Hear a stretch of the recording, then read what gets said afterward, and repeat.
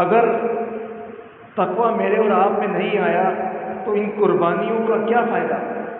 اللہ قرآن میں فرماتے ہیں کتب علیکم الصیام کما کتب علی الذین من قبلکم، روزے تم پر فرض ہیں، تم سے پہلی امتوں پر بھی فرض تھے، کیوں؟ تاکہ تم متقی بن جاؤ۔ اللہ قرآن میں فرماتے ہیں لن ینال اللہ لحومها ولا دماؤها ولکن ینالہ التقوی منکم، اللہ کو تمہاری قربانیوں کا گوشت خون نہیں آتا، اللہ تو تم سے تقویٰ چاہتا ہے، اور تقویٰ جب جس میں آ جائے تو وہ اللہ کا قریبی بندہ بن جاتا ہے۔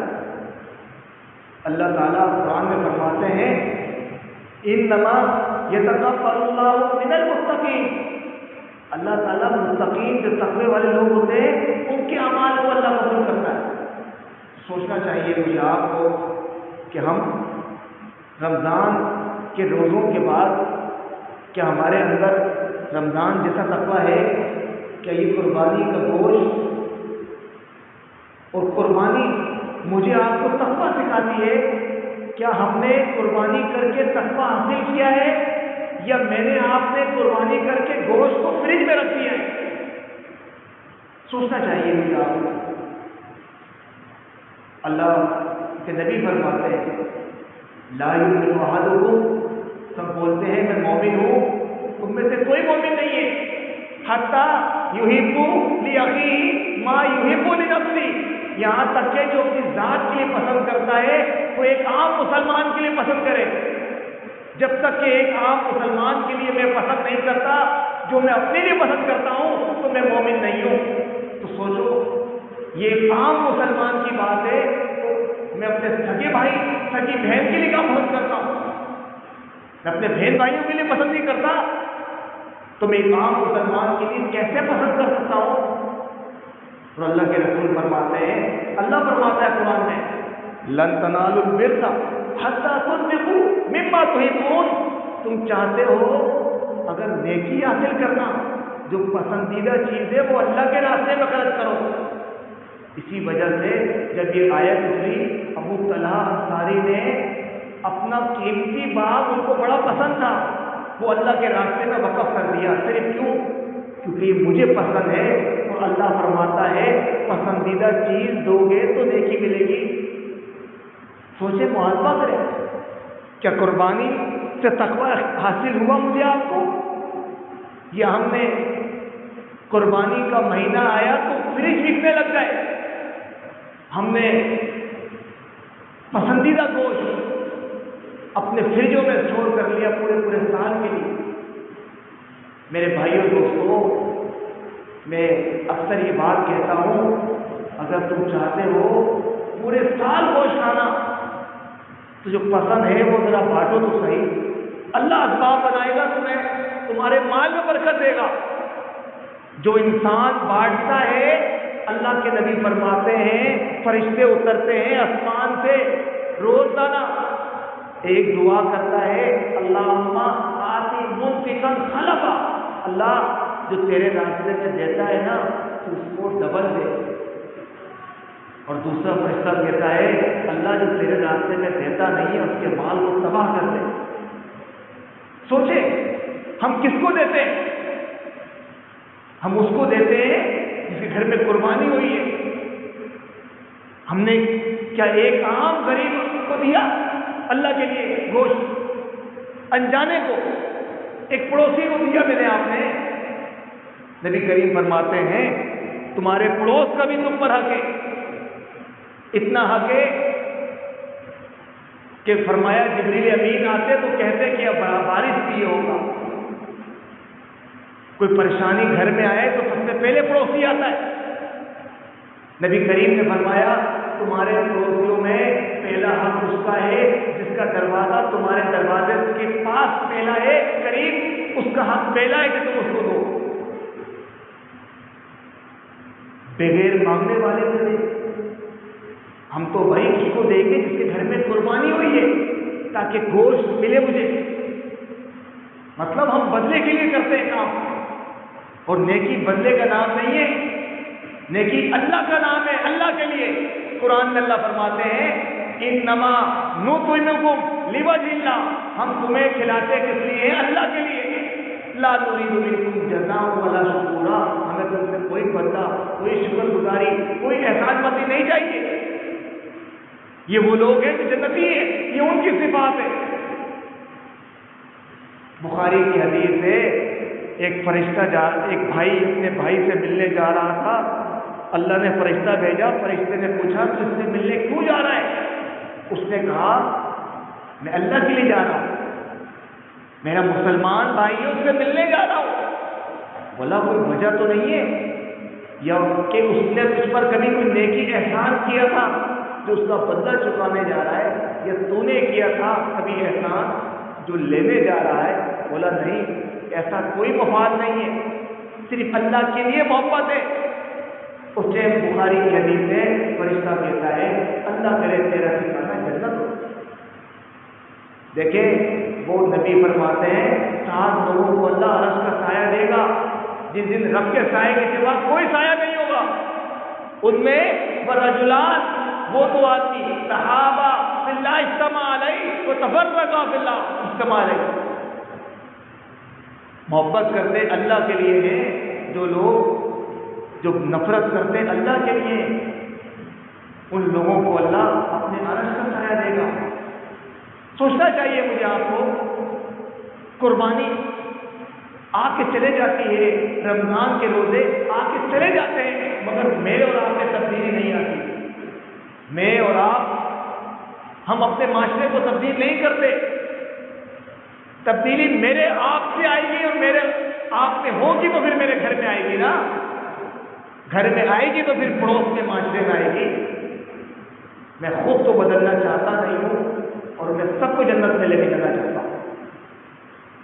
میرے بھائی اور دوستو، اللہ کے نبی فرماتے ہیں یاد رکھو ہر ایک نگران ہے، ہر ایک سے پوچھا جائے گا اس کے ماتحت لوگوں کے بارے میں۔ مرد اپنے بیوی بچوں کا نگران ہے، عورت بچوں کی نگران ہے، شوہر کی عزت کی نگران ہے، امام سب مقتدیوں کا نگران ہے، چھوٹا بڑا سب نگران ہے، ہر ایک سے پوچھا جائے گا۔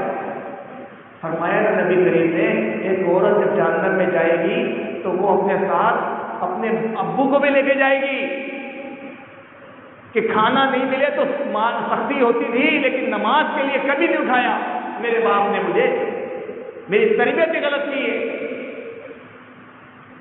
میرے شوہر نے استری نہیں کروں تو مار ہے، لیکن نماز کے لیے کوئی سختی نہیں ہے، مجھے بے پردہ گھمایا کیونکہ میں شوہر ہوں، میں میری مرضی،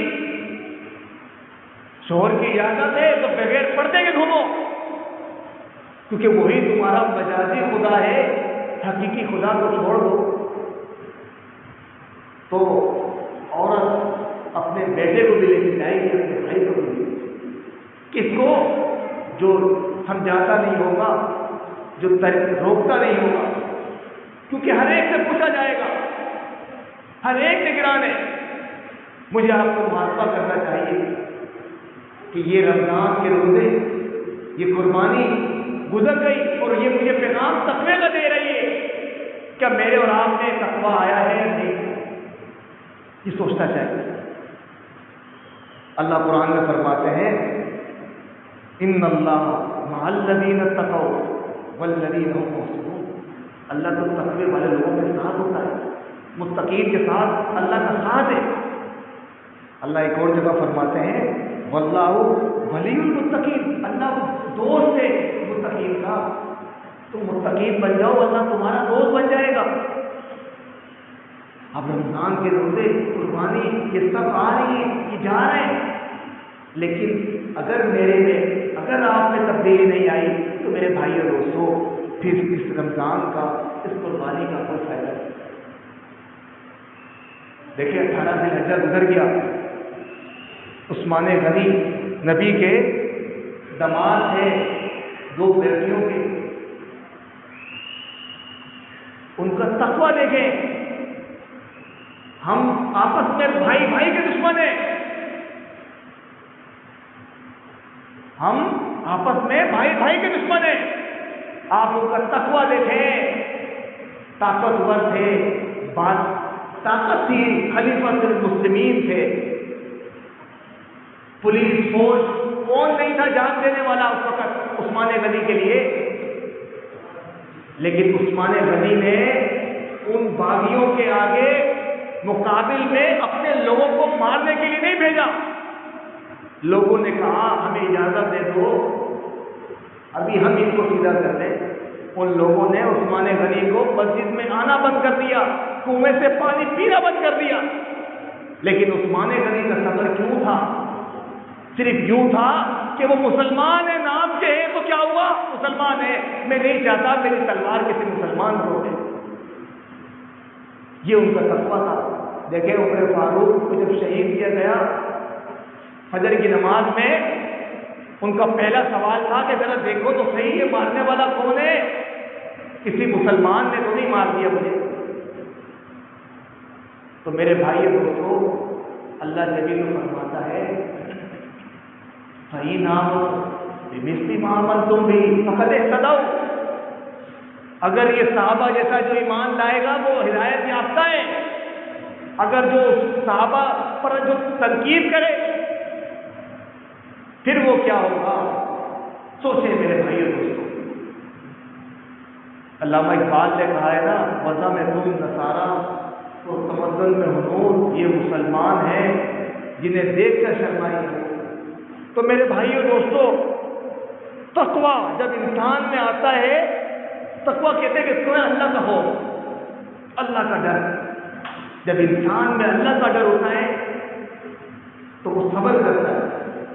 دیکھیں ابوبکر صدیق غالباً تھے یا عمر فاروق تھے، غالباً نبی کریم کے ساتھ ایک سامنے غیر مسلم گالیاں دے رہا تھا، یہ صبر چپ چاپ تھے، نبی کریم ساتھ کھڑے ہیں. جب انہوں نے جواب دینے لگے تو نبی کریم نے راستہ چھوڑا اور عمر فاروق کا الگ ہو گئے. بعد میں اللہ کے رسول سے ملاقات ہوئی تو کہا وہ گالیاں دے رہا تھا، آپ نے کچھ نہیں کہا، جب میں نے جواب دیا تو آپ چھوڑ کے چلے گئے. اس سے نبی کریم نے فرمایا اے عمر، جب تو چپ تھا تو تیری جگہ جواب کون دے رہا تھا؟ فرشتے دے رہے تھے. جب انسان میں اللہ کا ڈر آتا ہے وہ گناہوں سے بچتا ہے، وہ زیادتی نہیں کرتا. اس کو پتا ہے اگر سامنے والا کر رہا ہے تو وہ رب سب کا ہے، وہ دیکھ رہا ہے، اس نے انصاف کرنا ہے، وہ اس میں چھوڑتا ہے. کیسے؟ جیسے مثال لے لیں، قرآن کی آیت ہے حابیل کو قابیل نے مارا، حابیل کو قابیل نے مارا. کیوں مارا؟ قربانی قبول ہو گئی حابیل کی، آگ آئی کھا کے چلے گئی. قابیل کو آ گیا غصہ، اس نے کہا میں تیرے کو قتل کر دوں گا. قرآن کی آیت ہے چھٹے پارے میں بات، میں تیرے کو قتل کر دوں گا. اس نے کیا کہا؟ حابیل نے نہیں بن سکتا الیہ یدکا لتقتلنی ما انا بباسط یدی الیک لیقتلک. اگر تو مجھے مارنے کے لیے بڑھے گا، مارے گا نا، میں نہیں ماروں گا تیرے کو. کیوں؟ انی اخاف اللہ رب العالمین، میں اللہ سے ڈرتا ہوں،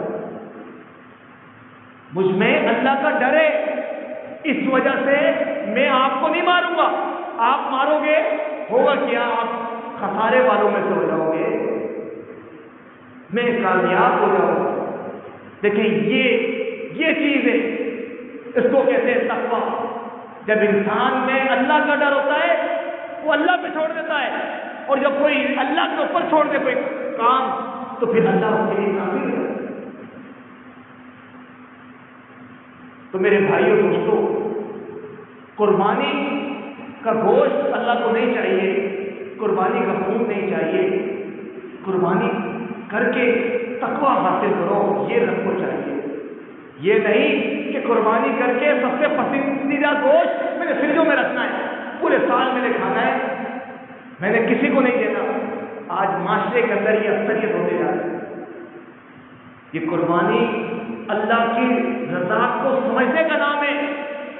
یہ قربانی قربان ہونے کا نام تھا، گوشت کھانے کا نام نہیں ہے.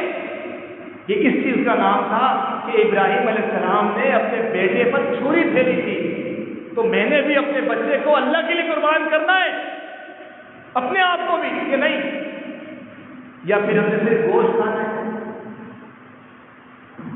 آج ہم ابراہیم علیہ السلام کی اس قربانی کو بھول رہے ہیں اور گوشت کی رسم باقی رہ گئی ہے۔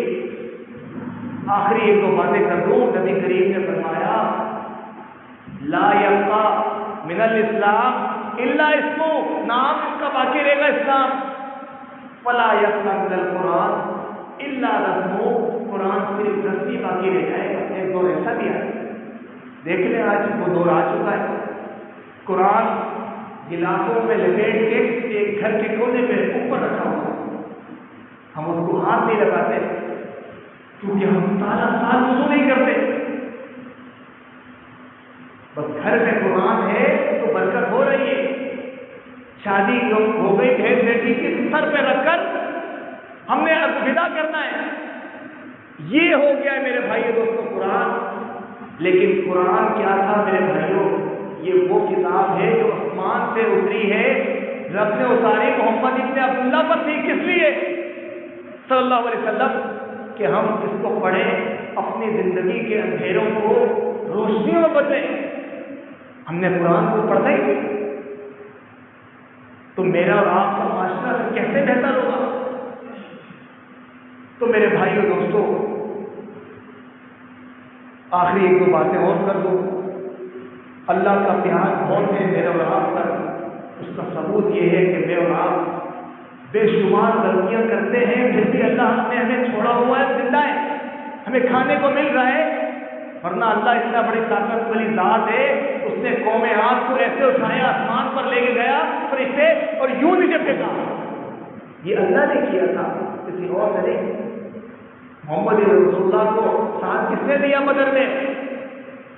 313 تھے، اللہ فرماتا ہے ہم نے فرشتے بھیجے، مقابل میں 1000 تھے، تو اللہ کی رحمت آئی، اللہ کا پیار ہے۔ تو اللہ فرماتے ہیں وَرَحْمَتِي وَسِعَتْ كُلَّ شَيْءٍ، میری رحمت دنیا میں سارے کے لیے، کافر یہودی مسلمان عیسائی کوئی بھی، اللہ کی رحمت دنیا میں سب پر ہے۔ اس کا ثبوت یہ ہے کہ آج دنیا میں سب زندہ ہے، وہ کافر کو بھی دیتا ہے، لیکن فساد ہوا دل لذی نہیں رکھتا، کیا والے دن کس کے لیے ہوگی؟ صرف اس کے لیے جو متقی ہوگی۔ وَيُؤْتُونَ الزَّكَاةَ وَالَّذِينَ هُمْ بِآيَاتِنَا يُؤْمِنُونَ، اور وہ لوگ متقین ہوں گے اور وہ زکوٰۃ بھی دیتے ہوں گے اور وہ اللہ کی نشانیوں پر یقین رکھتے ہیں۔ یقین کس کو کہتے ہیں؟ آخری بات کر کے موضوع ختم کرتا ہوں۔ یقین ہوتا ہے، اس کا نام نہیں کہ ہم دعوے کریں اللہ سے محبت کے مگر عمل نہ کریں، اس کا نام یقین اور ایمان نہیں ہے۔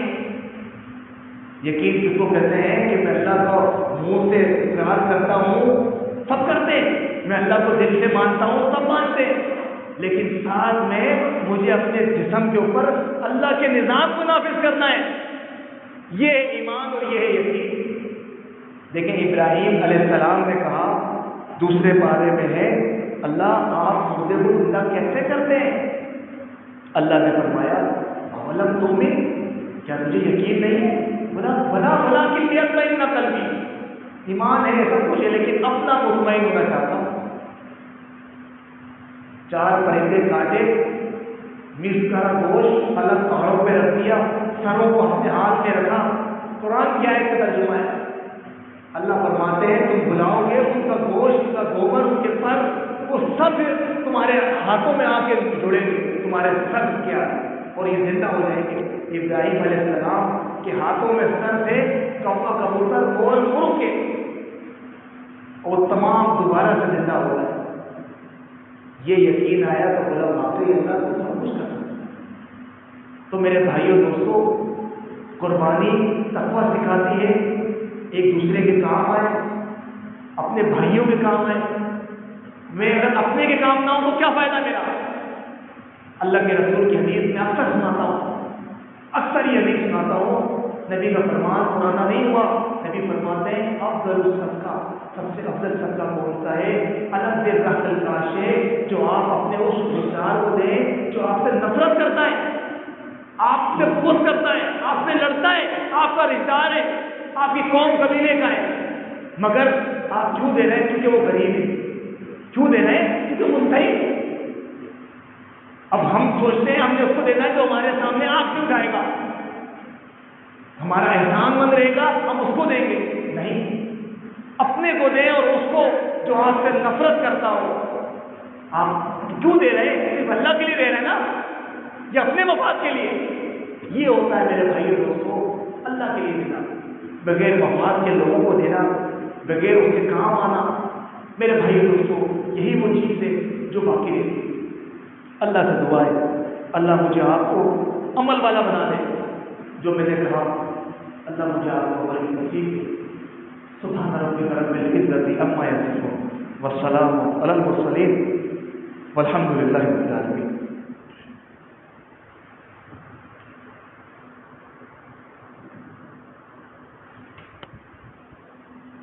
إن الحمد لله نحمده ونستعينه ونستغفره ونؤمن به ونتوكل عليه ونعوذ بالله من شرور أنفسنا ومن سيئات أعمالنا. من يهده الله فلا مضل له ومن يضلل فلا هادي له. وأشهد أن لا إله إلا الله وحده لا شريك له وأشهد أن محمدا عبده ورسوله. اللهم صل على محمد وعلى آل محمد كما صليت على إبراهيم وعلى آل إبراهيم إنك حميد مجيد. اللهم بارك على محمد وعلى آل محمد كما باركت على إبراهيم وعلى آل إبراهيم إنك حميد مجيد. اللهم اغفر لنا وللمؤمنين والمؤمنات والمسلمين والمسلمات. اللهم ألف بين قلوبهم. اللهم أصلح ذات بينهم. اللهم انصرهم على عدوك وعدوهم. اللهم على من كفرت الذين يصدون عن سبيلك. اللهم يكذبون رسلك. اللهم يقاتلون أولياءك. اللهم خالف بين كلمتهم. اللهم زلزل أقدامهم. اللهم شتت شملهم. اللهم فرق جمعهم. اللهم دمر ديارهم. اللهم فرق بنيانهم. اللهم أحصهم عددا واقتلهم بددا ولا تغادر منهم أحدا. ربنا ظلمنا أنفسنا وإن لم تغفر لنا وترحمنا لنكونن من الخاسرين. اللہ ہمارے گناہوں کو معاف فرما دے. اللہ ہمارے مرحومین کے گناہوں کو معاف فرما دے. اللہ جو بیمار ہے اس صحت اور خوشی عطا فرما. اللہ ہماری تمام ضرورتوں کو جائز ضرورتوں کو اللہ کو پورا فرما دے. اللہ تم سے راضی ہو جائے. اللہ ہمیں ایسے عمل کی توفیق دے کہ تم سے راضی ہو جائے. سبحان ربک رب العزة عما یصفون والسلام علی المرسلین والحمد للہ.